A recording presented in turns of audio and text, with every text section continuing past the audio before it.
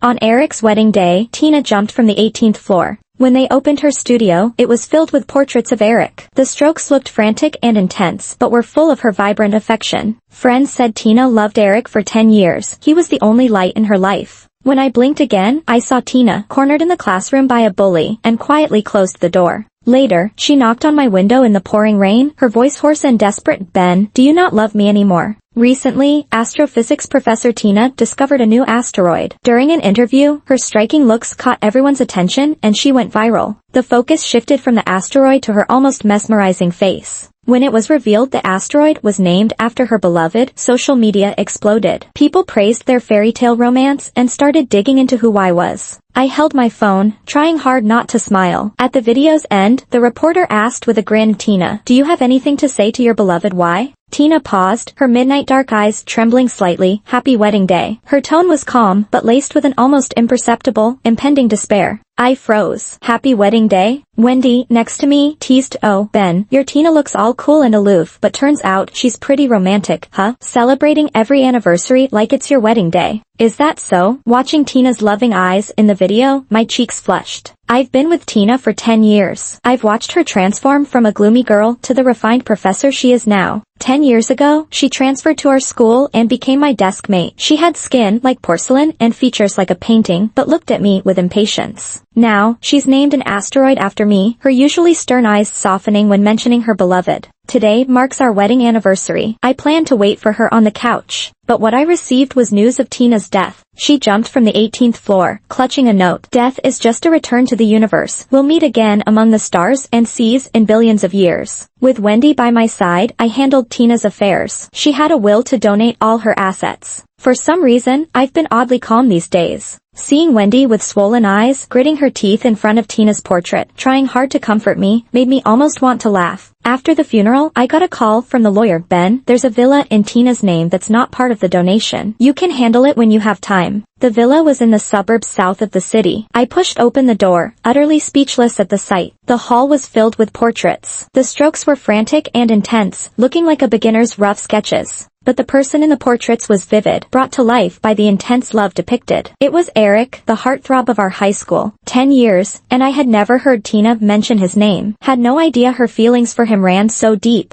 I stumbled forward a few steps, propping myself up on a table. There, neatly arranged, were several pieces of amber. Each encased a different item, a fruit candy, a dry flower, a shard of gem. The amber was smooth, clearly often held and treasured. These were things Eric had casually tossed aside, and she cherished them like treasures. Meanwhile, the wedding ring I picked out for her lay abandoned in a dried-up paint box. My heart ached and tears welled uncontrollably. I sat down and masochistically flipped through the notebook on the table. It documented Tina's 10-year infatuation. On the first day she transferred, she received a fruit candy and a kind smile from the class heartthrob in front of her. It was like a ray of sunlight piercing her darkness. For a girl battered by abuse and bullying, it was the first pure kindness she'd known. She fell completely, wanted to keep him to herself, wanted him to smile only for her, but couldn't bear to pull such brightness into darkness. Why was her gift for his wedding? From start to finish, mentions of me were few and vague. New desk mate is too nosy, very annoying. Married him, a bit of regret, but now responsible for him. The breakfasts I brought to prevent her low blood sugar. The bully I chased away. The day I held her hand and ran from a fire her mad father started. Years of my companionship and comfort, all unmentioned. What she couldn't forget was Eric's dazzling smile. Each word felt like a knife twisting in my heart. I clenched my fists, breathing deeply. The air seemed to carry the lingering scent of pinewood from her. I felt nauseous. Some people are just wretched, not worth saving, not worthy of love. I was about to get up when suddenly, I heard some noise at the door. Two people walked in. It was Tina's childhood friend Tim, and Eric. Tim's eyes were red, his voice hoarse. "This villa was left for you by Tina. You were her only light at one point. When her depression almost got the better of her, looking at your photo made her hold on." Eric stood there, stunned, his eyes misty with tears. After skipping grades and getting special admissions, she didn't have to attend classes, but went just to see you. Tim continued until she noticed me behind the bookshelf. She paused, her expression shifting to disgust. "What are you doing here?" She marched over and pushed me away. "Get out. Don't taint the only place Tina found peace. If you hadn't clung to her, she wouldn't have ended up like this." I staggered but managed to stay upright. In return, I slapped her. How's this my fault? I never forced her to date me, to marry me. If she missed out on Eric, it's because she was too scared and spineless. Eric's voice suddenly broke through, tinged with tears. Did she never receive the love letter I sent? Tim and I just froze. What did you say? Before the college entrance exam, I left a love letter on her desk, but she never replied. Eric let out a bitter laugh, then looked up, his eyes tinged with a hint of resentment. It was you, wasn't it? He stared at me intensely. You're jealous of me, so you tossed the letter? You made us miss 10 whole years, and now she's gone. I had no clue about all this. But Tim believed him, you bastard. She gritted her teeth and lunged at me. My stomach slammed hard against the edge of the table. Pain seared through me, and blood slowly seeped out. My vision went black, and I fainted. When I opened my eyes again, I was clutching a textbook, wearing my school uniform, standing in front of the storeroom door. Inside, young Tina was leaning against the wall, her long hair softly hanging over her forehead, with a perplexed look in her eyes. School bully Linda sat lazily opposite her, looking relaxed. Seeing me, she raised an eyebrow and gave a casual smirk. Top student, can't leave her alone? I'm just here for a chat, I said. The feel of the book in my hands didn't seem like a dream. My body turned cold, filled with loathing. The book thudded to the floor. I shut the door behind me without a word. As I walked away, I heard the door swing open. Tina ran past me like the wind, leaving only a hurried silhouette behind. Why did she run? I just wanted to ask why she didn't sign up for any events at the sports meet. Linda muttered as she picked up my fallen book and handed it back without hesitation. No need to be polite. I had a bad feeling and quickly sped up to catch up. At the classroom door, Tina stared blankly inside at Eric, who was playfully messing around with a deskmate. The setting sun cast a soft glow around her figure. Her look was tender, yet full of disbelief, as if lost in a blissful dream she didn't want to wake from. My heart sank slowly. Her demeanor didn't seem like the moody girl from before, more like the gentle professor she became 10 years later. Tina had been reborn too. What's her problem? Linda wondered aloud, patting Tina's shoulder and squeezing into the classroom. Class is about to start, don't block the way. I found my seat using my memory. It was a self-study period. The classmates around were quietly studying. I casually flipped open an exercise book, staring at the neat handwriting blankly. Living again, I refused to follow the old path. My mind gradually cleared, calming my emotions. Since Tina's reborn, she probably wants nothing to do with me. This time, we'll stay out of each other's business. If she wants to ruin herself, let her. I need to keep my distance so I don't get caught up when it happens. Gross. Just as I thought this, Tina's cold voice cut through. Ben, give me your English notes. I looked up. What? She glanced at me, indifferent, like she hadn't noticed my behavior change from before. Of course, her mind was all about Eric. She'd long forgotten what I did for her back then. Eric turned around apologetically. Sorry, I just asked Tina for notes, but she said yours are better, so she came to you. His smile was friendly, quite charming, but it didn't work on me. No, I'm gonna need them. It's not about needing them, I just don't want to lend them out. Eric's smile faded. His deskmate Tim couldn't hold back, turning to snap at me. Ben, as class president, you're supposed to help. Borrowing notes isn't a big deal. Eric's asking nicely, don't be stingy. Her voice was a little loud, drawing other classmates' eyes. Eric looked dejected, but there was a hint of contempt in his gaze.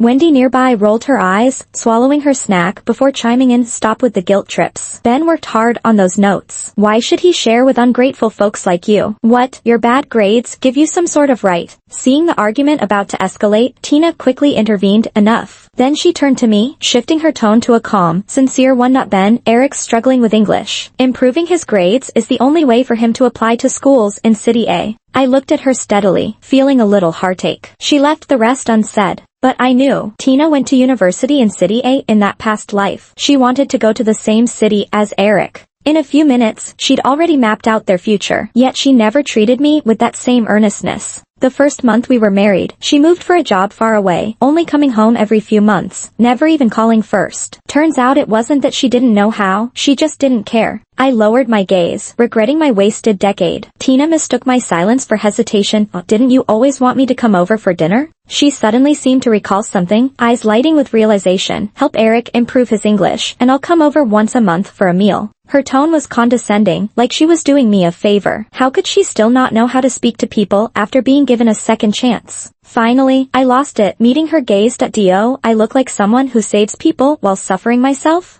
Tina had a moment of blank expression, about to say something more, but our homeroom teacher suddenly entered the classroom. She held a thermos cup, announcing the opening registration for the T University Guaranteed exam. In the last life, Tina got into T University through this exam. I didn't participate back then, but both Tina and I raised our hands now. She glanced at me in slight surprise, not understanding why I was making different choices this time. Ben, you're signing up too? Eric asked, puzzled. His voice was soft, as if mocking my overconfidence. The most important thing is to know your limits. You could get into a decent university if you work hard, but compared to Tina, you're still quite behind. It'd just be a waste of your time to compete, unless you're trying to get someone's attention. He glanced at Tina, listening intently to him. The implication was clear. How can he be so sure that I'm not capable? In our previous life, I didn't participate because I didn't want to compete with Tina for the spot. Her family had financial difficulties, and getting accepted on recommendation could give her more time to work and earn money for college. Who would have thought, after she got the opportunity, she'd waste time coming to school every day just to catch a glimpse of Eric? Thinking about this, I spoke up calmly. Why is it any of your business? Should someone like you, who's at the bottom of the class, really be thinking about these things? Eric's eyes welled up immediately. Seeing the person she liked being hurt, the usually silent Tina suddenly spoke. Apologize to Eric. He's just trying to give you advice. Don't be ungrateful, and don't try to get my attention in such a ridiculous way. Her tone was cold. Stop playing games with your future, Ben. Don't be so childish. Honestly, what an idiot. I couldn't be bothered with her, so I raised my hand to signal our amused homeroom teacher. Teacher, I want to change seats. There's a dog barking here, disrupting my studies. Tina went pale, glaring at me coldly. The teacher seemed puzzled but agreed anyway. After class, I moved next to Linda. She'd been sleeping at the back row for years, and no one dared disturb that area. It was so quiet, and I was content. Once settled, I glanced out of the corner of my eye to see Eric leaning slightly back, his dark hair spilling over Tina's desk. She gazed down, silent, her fingers delicately picking up a strand of his hair with restraint and reverence. I rolled my eyes. On our first night of marriage back then, she slept in the guest room because some of my hair fell on her pillow, and she thought it was disgusting. Disgusting? Does she really think her first love is as pure as an angel? Without Tina, my day was surprisingly pleasant. After school, the teacher kept me back to help grade papers, and when I reached the community, it was already nearing dark. A few ladies were walking their dogs and chatting. Did you hear? That crazy guy from Building 3 just got taken to the mental hospital after his son called the police because he beat him up so badly. I went to see it. It's such a shame. The kid looks so well behaved. How could he do it? I stopped in my tracks. We lived in Building 3, and that crazy guy was Tina's father. In our past life, he frequently went on violent rampages, leaving Tina bruised from head to toe. I always kept a small first aid kit under my desk for her injuries.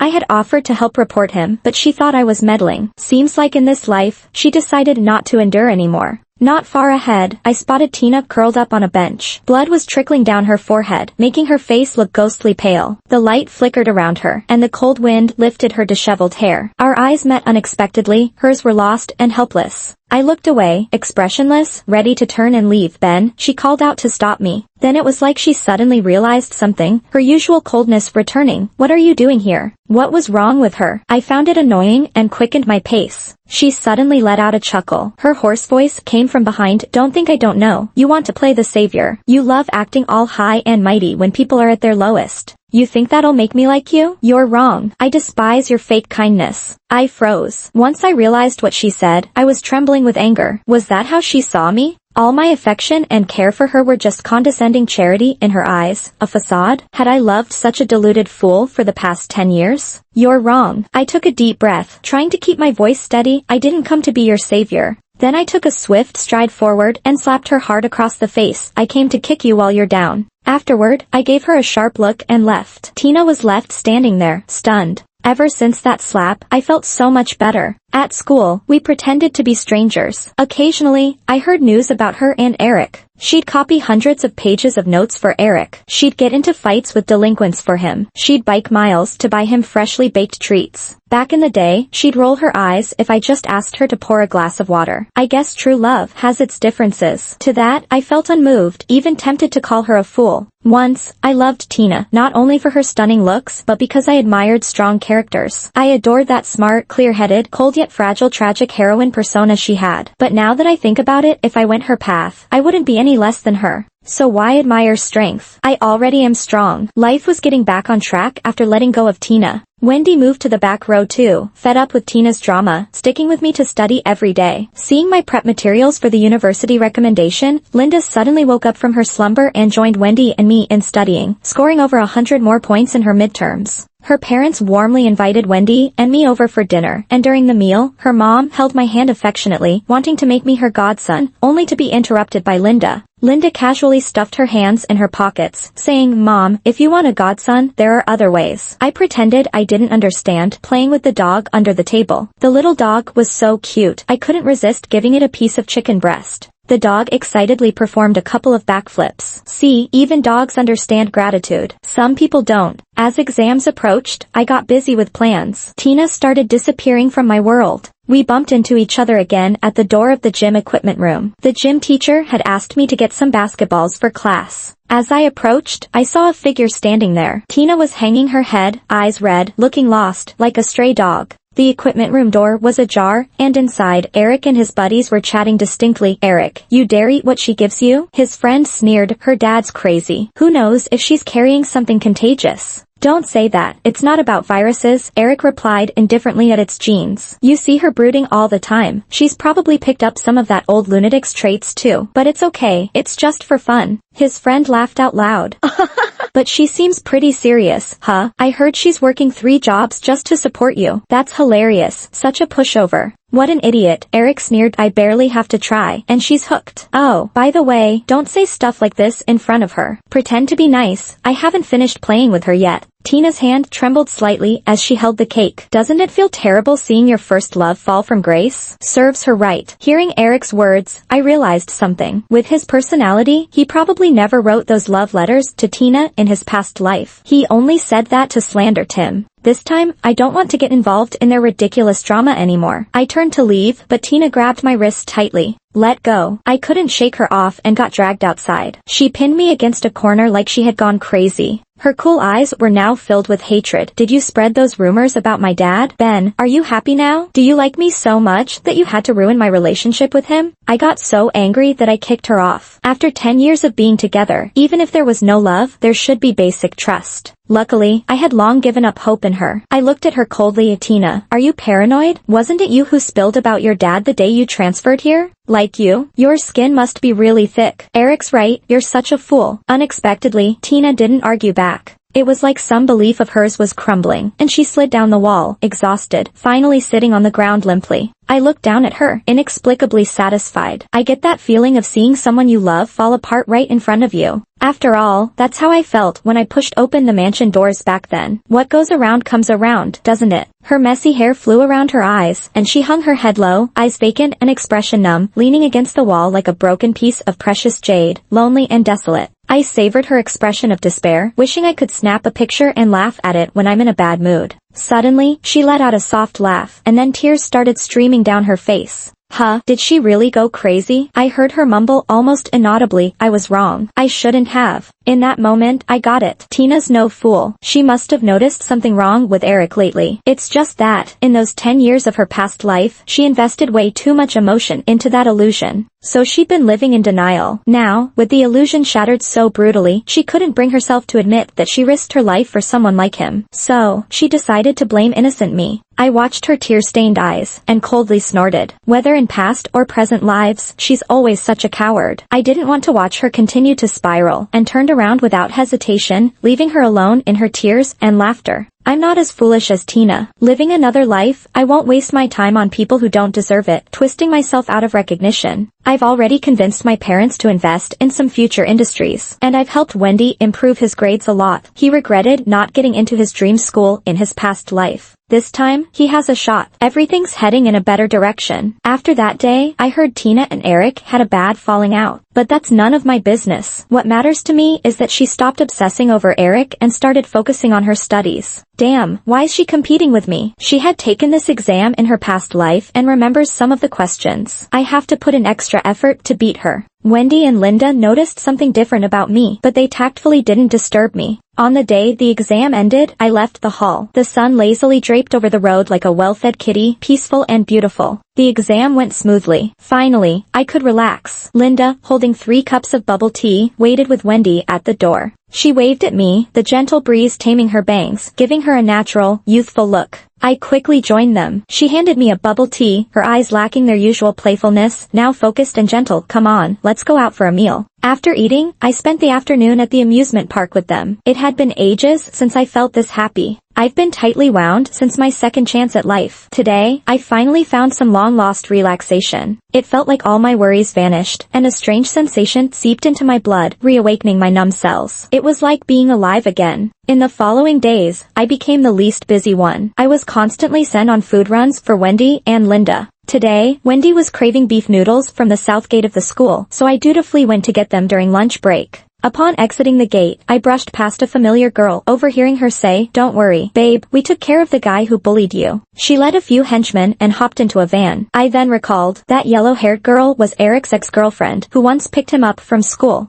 Without thinking, I turned into an alley and spotted Tina, bleeding by a trash can. Oh, so they beat her up. Well, she deserved it. Although, I'm starting to wonder if I'm cursed to collide with her. Why else would I always find her this messed up and ready to be laughed at? I saw Tina lying there and lifted a foot to step over her, but she grabbed my ankle. Still alive? Too bad. Her eyes were dazed, like she couldn't distinguish between dream and reality. Ben, you saved me again. Let go. Her fingers were cold and slick, and I found it off-putting, but her grip was tight, and I couldn't break free. I bent down to pry her fingers off one by one. Her eyelashes fluttered, and she stared at me, her gaze sickeningly filled with nostalgia. Ben, are you done playing hard to get? I'll give you a chance to save me. In the past, I couldn't see clearly. Now I know. Only you truly cared for me. Stop the nonsense. Let's make up, okay? I froze for a moment. Had she not realized I was reborn too? I never tried to hide it. She just assumed, still thinking I was the same Ben who'd stick with her for 10 years. She thought all my changes were just playing hard to get to catch her attention. Talk about self-confidence. I lost my patience. I got up without a second thought and stepped on her hand as she reached for my ankle. She cried out, breaking into a cold sweat on her forehead. If she couldn't speak like a human, she couldn't blame me for not treating her like one. I slowly pressed down on her fine-boned fingers, speaking calmly. Tina, after rebirth, have you learned nothing? Her pupils shrank, her face went even paler. Ben, wait, you too? I couldn't be bothered to listen anymore. I released my foot and turned to leave. That night, I was grading papers for the homeroom teacher as usual. It started raining when I headed home. The rain was fine and dense, and there was a damp, salty taste in the air that made me uneasy. As I approached the building, I suddenly spotted someone standing by my window. Living on the first floor, the person had no umbrella and was just staring in the direction of my house. Feeling bold, I moved closer to see who it was. Tina. Great. Through the rain, I saw a sadness in her eyes so deep it couldn't be hidden. When she saw me return, she instinctively moved closer, but hesitated as my attitude repelled her, freezing her in place. Ben, I'm sorry. The rain pounded on her, seemingly breaking her spirit. Finally, she apologized, but I didn't care anymore. I gripped the umbrella handle. Got it. Leave. She didn't move, standing there quietly with eyes red-rimmed. There was a time when I thought I'd lost my true love forever, standing atop a rooftop full of despair. But when I jumped, all I could think about was you waiting for me for dinner at home. Eric was just a youthful obsession. It was you I truly loved, Ben. I let out a cold laugh. Love me? If you loved me, why did you run to Eric the moment you were reborn? How many cakes did you buy for Eric? Yet you couldn't even make me a bowl of noodles on my birthday. You call that love? I was calm, but Tina's face grew paler. Pathetic. Maybe people are trapped by things they couldn't have in their youth, but that doesn't excuse hurting me. Ben, I know you hate me, but we've been together for 10 years. Can you give me another chance? Let's start over, okay? I took a deep breath, trying to calm down, but the anger and resentment from my last life flooded back. Why should I give you a chance? Do you deserve it? I stared at her viciously. The only regret I have is wasting 10 years on you. Honestly, I didn't even know if I was dead or not, saying that was just to stab her back. Tina finally broke down, covering her face and squatting down, making suppressive sobs. I walked past her into the house. Watching Tina cry her heart out through the window, all I felt was satisfaction. Good. It shouldn't have just been me who suffered. Tina dropped out of school. I got into college on recommendation. Double win. When the news came, Wendy wanted to find Tina to brag but couldn't find her. All that energy got redirected into studying, and her grades shot up like a rocket. With 100 days of hard work, the dream school became a safety backup. After the recommendation, I barely went to school anymore. Just dropped off materials to Wendy and Linda sometimes. Linda said she wanted to attend NYU with me and have a campus romance. But getting into NYU isn't easy. Even so, it was touching to see someone bring up their game to chase after me. So, I gave her a full set of textbooks in return. Linda, grinding her teeth, said Ben. I didn't even look up and handed over 10 more practice tests. What's up? Need more? This isn't enough. The next time I heard about Tina was months later. She stabbed Eric and Tim 8 times each, though none were fatal. Both ended up in the ICU, still comatose. The police searched for her for 3 days, finding neither hide nor hair. Classmates and teachers were all shocked by her brutality. Only I knew she was crazy all along. The cops questioned her teachers and classmates, including me. After the station, I went home and took out my key to unlock the door. Suddenly, a cloth filled with a sharp smell covered my nose and mouth. I instantly blacked out. When I woke up, I was tied to a chair on a rooftop of some abandoned building. Tina stood at the edge in a long dress, her back facing me, lost in thought. The cold wind swept dead leaves and gravel around. Despair rose in my heart. Sensing my wakefulness, Tina turned around, leisurely lighting the candles on the table. Only then did I notice the table was full of my favorite dishes. Tina sat beside me, her face half lit by the candlelight, half swallowed by darkness. What was her deal now? What are you trying to do? I met her gaze coldly.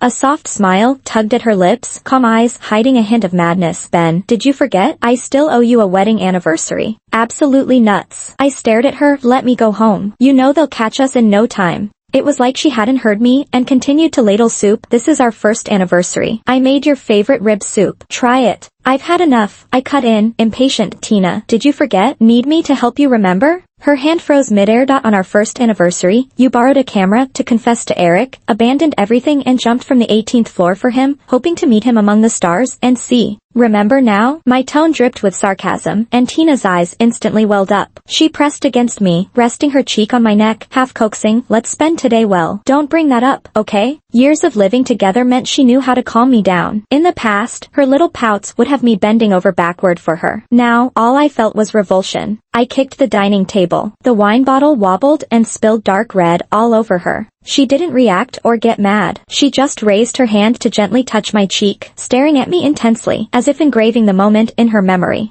Not much time left, Ben. She smiled faintly, her dark eyes calm as the night. Time for what? I felt uneasy, instinctively backing away from her. Don't be scared. I won't hurt you again. She noticed my move, her tone bitter. I didn't buy it. Sirens blared in the distance, and I exhaled in relief. At the station, I asked to be fitted with a tracker. Going home alone was a way to lure Tina out. She lifted her head and kissed my forehead like a final goodbye. I heard her sigh softly. Ben, how did we get here? It was all on her. If she hadn't clung to Eric and taken responsibility from the start, maybe we'd be a happy little family now. But there's no use in ifs. Good thing there's no ifs. A glaring white light suddenly shone on the rooftop, making me squint. In the next moment, several red dots gathered on Tina. She stood up, looking at me longingly as she stepped back slowly. I looked up, meeting her gaze. She wasn't surprised. There was actually some relief in her expression. That's when it hit me. She knew it was a setup. And she had no intention to run. When she reached the edge of the building, Tina stopped. She gave me a reassuring smile, calm and almost despairing. Ben, I'll use myself to atone for you. Why? I was livid. Tina, stop. Why does she get an easy out? I didn't want her to just be free. She hurt me, hurt others. She should spend her life in jail for that. Ben, I love you. Her whispered words came with the cool breeze from the rooftop, tangling her hair as she leaned back. In a daze, I was back on that sultry summer afternoon. Air was humid and stifling. The old walls of the school looked worn. A young girl tilted her head at me under a squeaky fan, her ears slightly red, her voice clear and bright. Ben, do you like me? After finals, we all went our separate ways. Wendy did well and headed off to S University nearby. We'd sometimes catch up over long breaks. Linda missed by quite a few marks to get into T University. Though she could still get into a decent school, she chose to retake a year. I sent her a whole new set of textbooks. She was so mad she didn't text me for 3 days. Tim and Eric were too badly injured, became comatose, and couldn't take finals, obviously. College life was busy but fulfilling. I tried out a bunch of new things I'd never touched before. I wasn't better than my past life, but I was happy. After all, happiness is the rarest and most magical ability. Even though the past was tough and painful, it didn't stop me from falling in love with the world all over again. In the second year of college, I was the club leader welcoming new students. A familiar voice rang out, "You guys aren't doing it right, watch me." I glanced over. In the sunlight, Linda was lazily leaning on a suitcase, her eyes connecting with mine over the crowd. "Ben, want a date? My dog can do backflips."